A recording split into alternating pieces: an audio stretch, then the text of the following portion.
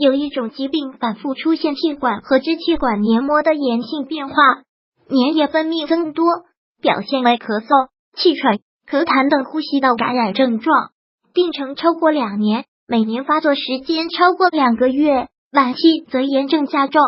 症状可能不分季节，常年存在，严重者可并发肺气肿、支气管肺炎、支气管扩张、肺性病，严重影响人体健康和劳动能力。此病原因比较复杂，与年龄、气候、吸烟、大气污染、呼吸道感染、过敏因素等都有关系。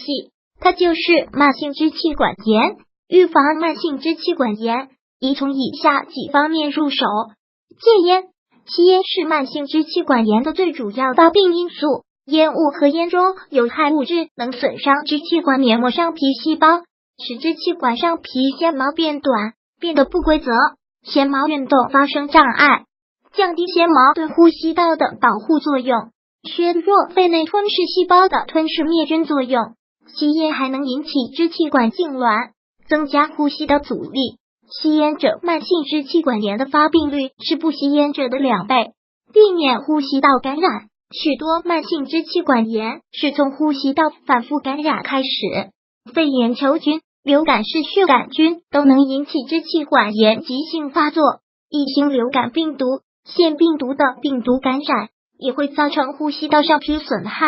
引起支气管炎发生和反复发作。所以应积极预防细菌、病毒感染。对流感、肺炎、鼻窦炎、扁桃腺炎等感染性疾病及时。喘息型的慢性支气管炎患者多数有过敏史，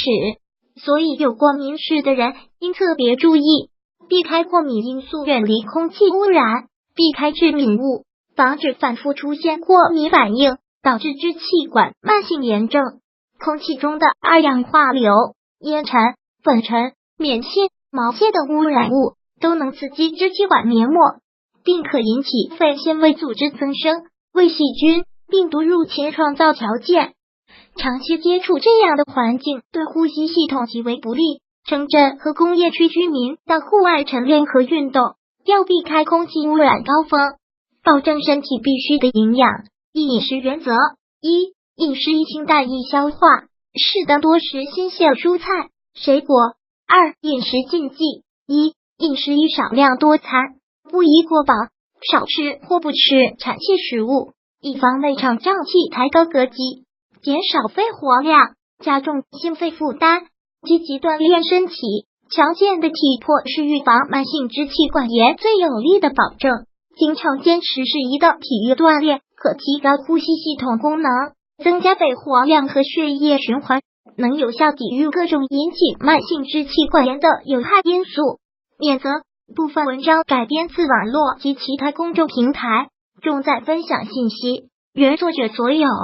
邮箱：12320@163.com， 联系电话：0431123220。如果喜欢本视频，请分享并订阅本频道，访问 ttnews.xyz 获取更多相关资讯。